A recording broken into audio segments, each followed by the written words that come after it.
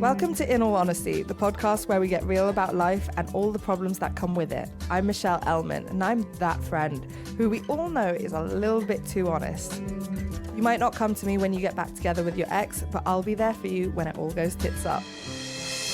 This week, we are talking about healing from heartbreak. And the last I spoke to you, I was telling you about how I went to go stay with my sister for a week, and I then went on this solo trip to Dubai. And what I was doing through those weeks has been a crash course in how to heal from a breakup. Everyone keeps asking me how I'm so okay, and I think I've just never been the kind of person to cry on camera, and trust me, behind the scenes there have been a lot of tears. But thankfully, I actually cried more when I was diagnosed with PTSD, and I remember going through that phase at that time of, am I ever going to stop crying, and worrying about that and wondering whether there actually is a point where your body will just stop water from coming out your eyes. And so when this hysterical crying came out of me, I just let it be. So often we judge ourselves when we have such large emotions. But I had done the personal growth work for the last few years of learning that whatever you feel, however you feel it, is allowed. And anytime you judge yourself for having too big a reaction or making a big deal out of something or being dramatic or being too sensitive, you actually short circuit that emotion. And I think part of the reason why I've been more okay than I thought I would be is any time an emotion has come up, whether it's anger or sadness or shame or guilt, I've just let it exist.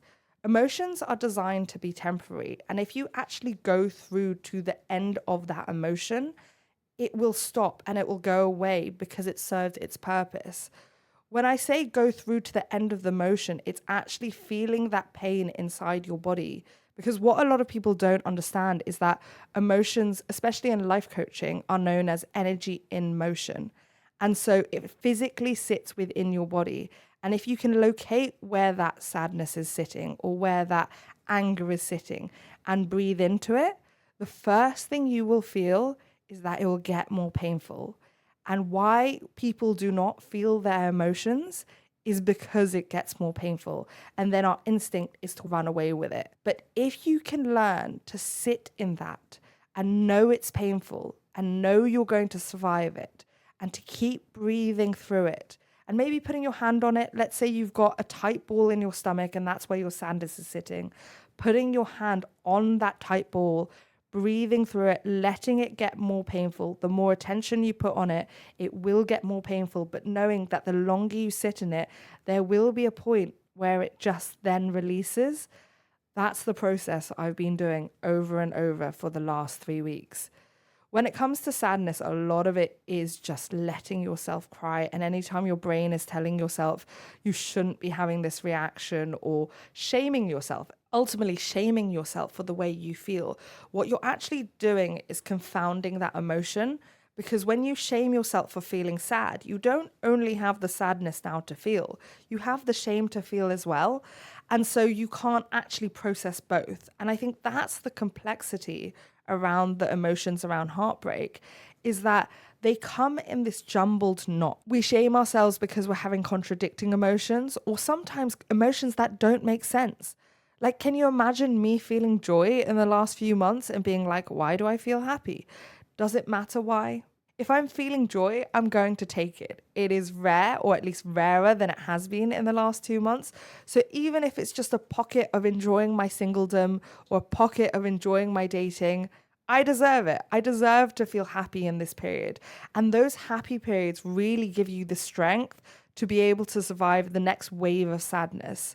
Talking of waves, it's funny because my emotions have always come in waves. It's always been big, large emotions. And it's the first time in my life I've actually felt emotions in very small snippets.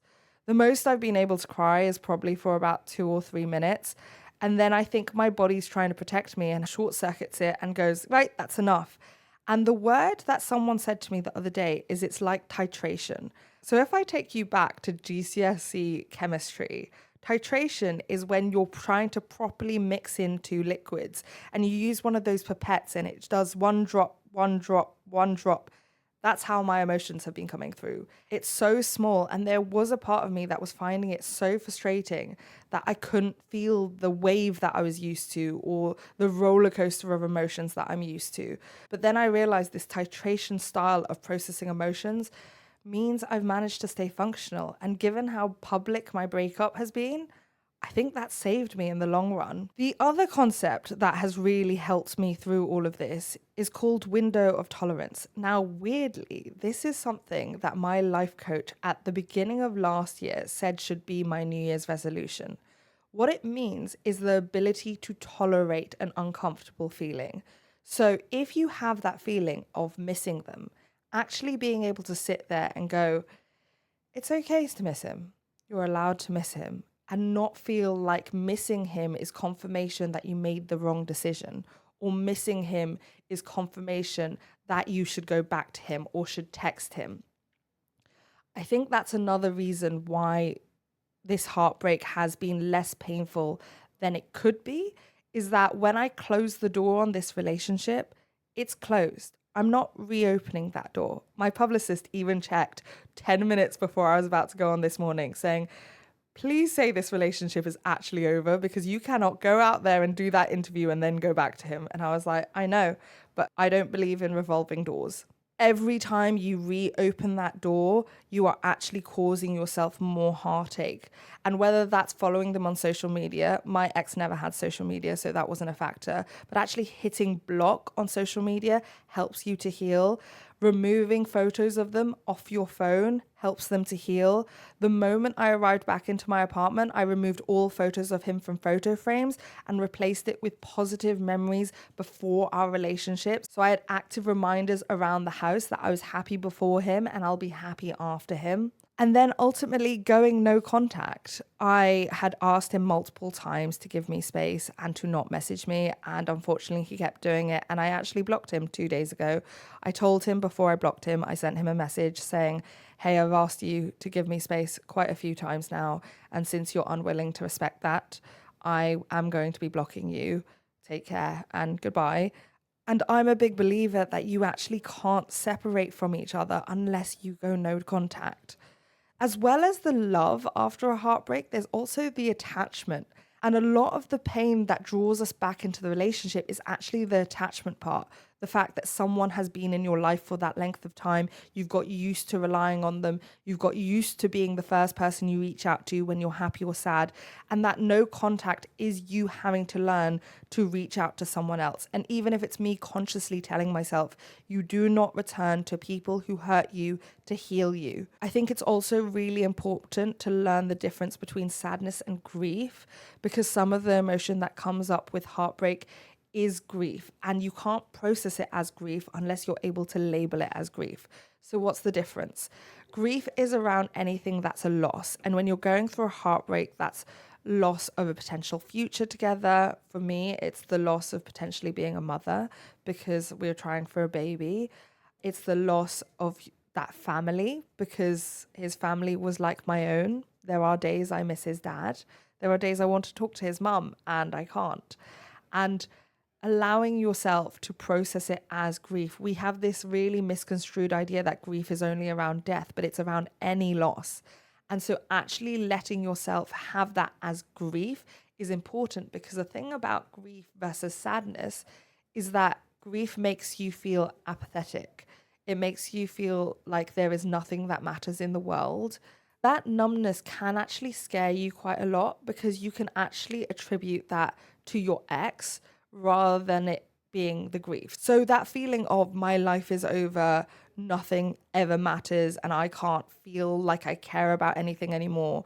That's not your ex. That's not your ex disappearing. That's the actual grief. And once you know that, you can recognize it and go, oh, I don't feel like I don't care about anything else because he's the only thing that mattered. I don't feel like I care about anything else because I'm going through a grief phase. I also think one of the reasons why I've been healing quite well is I'm the poster child for do the work before the crisis hits. A lot of the tools I have in my toolkit are, yes, because I'm trained professionally as a life coach, but also because I did the work first. So when this hits on things like abandonment wounds, I know how to work around my abandonment wound because I've been working with my life coach for the last 10 years. So investing in that, investing in your personal development, and yes, I know it's a financial privilege to be able to go for professional help and have that support throughout. And I've definitely been leaning on that. But I think there are some people who financially can't afford it. And there are also some people who don't see it as a priority. And if you have those means, reach out to the people around you. And if you can't afford it, that's where books come in. This is literally why I'm an author, because I believe it's the way you can access personal development in the easiest way, because you've got a length of a book to actually be able to embed those messages. And there are so many books out there on heartbreak that can be really useful in your growth, in learning about it, in understanding it. One of the books I've been reading is The State of Affairs by Esther Perel, because infidelity actually was a subject I didn't understand a lot. I always said Esther Perel is my favorite psychologist, and I just hate she always talks about infidelity because I find it a really boring topic. Turns out it's not a boring topic anymore. And reading that book, genuinely one of the best books, but it's really helped me understand what his mentality must have been, what he was feeling. And in that sense, with more understanding comes more closure. The other question I've been asking myself a lot, and this really helps in terms of the decisions you make right now, is what would a person who loves themselves do right now? So if you're about to stalk them, asking yourself a question like, if I loved myself, what would I do right now? I wouldn't go stalk his page. Actually stops me from going over to his page. A lot of this is the brain stuff, but a really big piece of the puzzle is actually the feelings and what I call the body stuff, the somatic stuff. So I'm going to be sharing that after the break. Welcome back. So a really big part of healing from heartbreak is dealing with what I call the body stuff. So because feelings sit in your body, a lot of the times within psychology, we focus on talk therapy. We focus on the cerebral stuff, the thoughts that are going on in our head. But actually, to truly heal, you need to address it with how your emotions are sitting in your body. And we're becoming more aware of this thanks to books like The Body That Keeps the Score. We are aware that trauma is held within your body, but we still haven't got to the point of understanding emotions are held within your body. So as I said previously, emotions in life coaching are referred to energy in motion because it is a physical emotion, which if you've been going through heartbreak and you're feeling physically nauseous, that is why. If you are feeling completely exhausted when you're going through a sadness phase, that is why. It is normal for your physical to be attached to your emotional.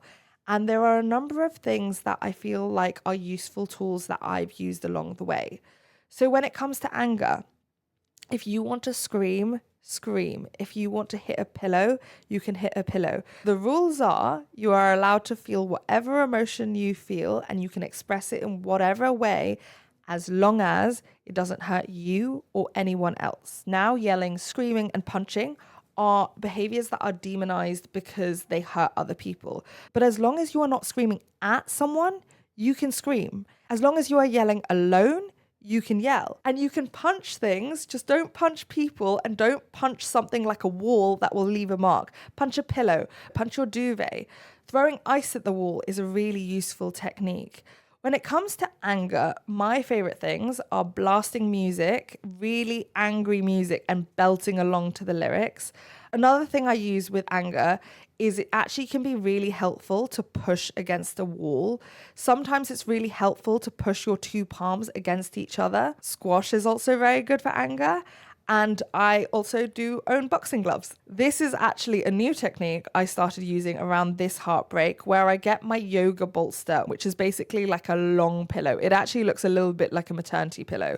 And I put it between my legs and I put my boxing gloves on and I punch that bolster like it's a person, which again, I understand how describing that in our society sounds like I'm really unhealthy, but actually women have been shamed for anger in the same way men have been shamed for sadness. We demonize an angry woman, but you are allowed to have your anger. And if you're getting it out via a pillow and punching it and getting that aggression out your body, that's how it moves. It's also why shaking can really help. If you actually go back to animals, when an animal has gone through a fight flight response, you will actually see lions shake off. From afar, it kind of looks like a tremor, and we have that innately within our bodies. So it's why dancing is really good for you. And it doesn't matter whether you actually like dancing, you can literally just jump up and down, bounce, shake it out. And if you've ever had sensations like pins and needles in your hands or pins and needles running up and down your legs, that's trapped emotions. And because we aren't taught that, we just dismiss it as pins and needles. But what you actually need to do is shake it out. Like actually shaking your hands will be a way for the energy to release from your body. It's also why music can be really healing. And when I go deep into meditation, that is another way where I go really deep into my body, and using the music, using the lyrics of the music can really tap into the emotions. You can actually use other things to tap into emotions, whether it be sad TV shows. There was a point I looked up try not to cry YouTube videos, or I would use a sad movie to initiate that initial tears. And then the important part is to stop crying about the movie, but actually move that emotion from being about the movie to what you're actually upset about. Once you start the initial tears, you'll find that the emotion sitting underneath it will also come out. Stereotypically, we use anger as a way to hide most of the other emotions. And so if you ever feel angry, I also would ask yourself, look underneath it. What else is sitting underneath it? Most of the time it will be hurt. Sometimes it will be sadness. And sometimes it will be shame as well. Every human is different, and every human will find there is an emotion that they feel more comfortable with and less comfortable with. So let's say the emotion you're most comfortable with is sadness. Again, ask yourself what's lying underneath it, but also locate it physically in your body. So this is what somatic processing is. If I was searching for the sadness in my body right now, I could feel there's a bit of physical nausea here. And the way you get physical nausea out of your body, if it's an emotional nausea, not if you're actually ill, but if you have this sicky feeling in your stomach, which does accompany heartbreak a lot of the time, this is going to sound really strange, but retch. It is actually the way that comes out. And what you might find that if you hold that physical nausea on your stomach and you retch, is you might burp. And it's not actually burping because you drank a Coke or a fizzy drink. It's the emotion releasing. So within spirituality and life coaching, burping, farting, and yawning are ways your body actually tries to release energy. So if you are feeling into an emotion and you're finding you're yawning a lot, or you're burping a lot, or you're farting a lot, it's because the energy is actually moving, and it's a positive sign. If we go back to a feeling like a ball in your stomach, sometimes it can be helpful to ask yourself, what does it look like? What shape is it? Is it a black cloud? Does it have firm edges? Is it a circle? Is it a ball? Is it a tight knot within your stomach? And actually picture when you breathe in, you breathing in white light to that spot. And what you might find is that ball might start moving. It might move up to your throat. Just follow it around the body and keep doing it for as long as you can. The first time you do it, you might only be able to sit in the discomfort for about 2 minutes. The longer you do it, the more you'll be able to tolerate the discomfort, and your window of tolerance will expand in terms of that. It is also really helpful to get out into nature. So I was doing a lot of swimming, a lot of walking. Even if you don't like moving, then get your feet onto grass, and actually feeling grass is a really helpful way to ground yourself. And in the last 2 months, I've actually found it really hard to watch TV or read books. I think it's because I'm probably quite overstimulated. And so the only thing really helping me is painting. And I think it's because it's my inner child's healing. So your inner child will be wounded within a heartbreak. The inner child is the child within us because our unconscious mind stops growing at the age of 7. We tend to have a lot of the things we learned before that age stuck around that age. And so whatever your 7-year-old enjoyed doing, for me, it was painting, actually allows yourself to tap into that. And anytime your inner child starts telling you something, actually listening to it and reassuring your inner child that they're safe, that they're loved, that all is going to be okay, that you as an adult is looking out for them. And there are some brilliant meditations. I have a few on Audible that are inner child meditations that can really help you guide through that process. In terms of professionals, I've personally gone to quite a few people trying to tap in to the physical side of it. So that's Reiki, chakra balancing. And I've also gone to a myofascial release therapist to try to get that physical sensation moving around. But there are also things that you can get from online creators. So I've been using a cord cutting process that basically energetically cuts the connection between you and your ex. The workshop I've been using was created by a guy called Chris Corsini, and you can pay whatever you can afford. It's a sliding scale, so it's accessible to everyone.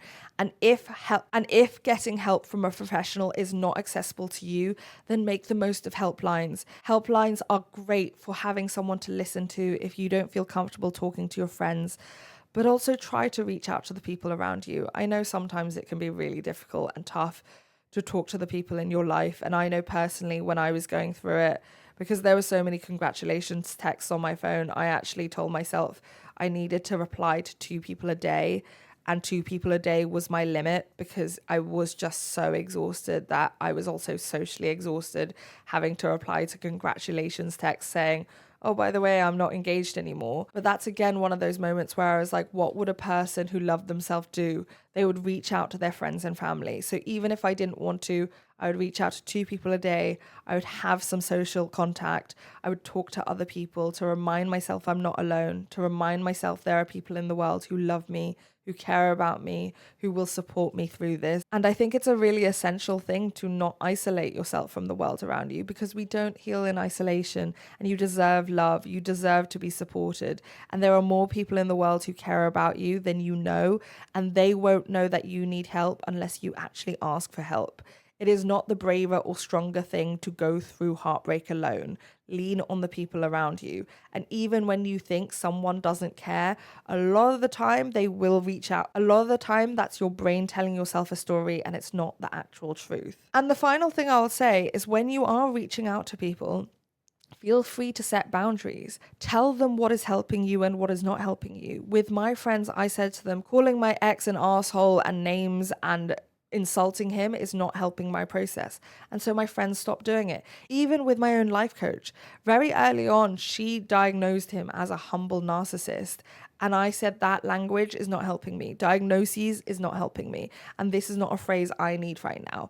And you can set all those boundaries with love. People are all trying to do their best, but people have different processes, and what might be helpful for another, throwing insults and insulting the ex, might be helpful to one person, wasn't helpful to me. But the moment I told my friends that, they respected it. So let the people around you know, tell them how they can support you in as specific a way as possible.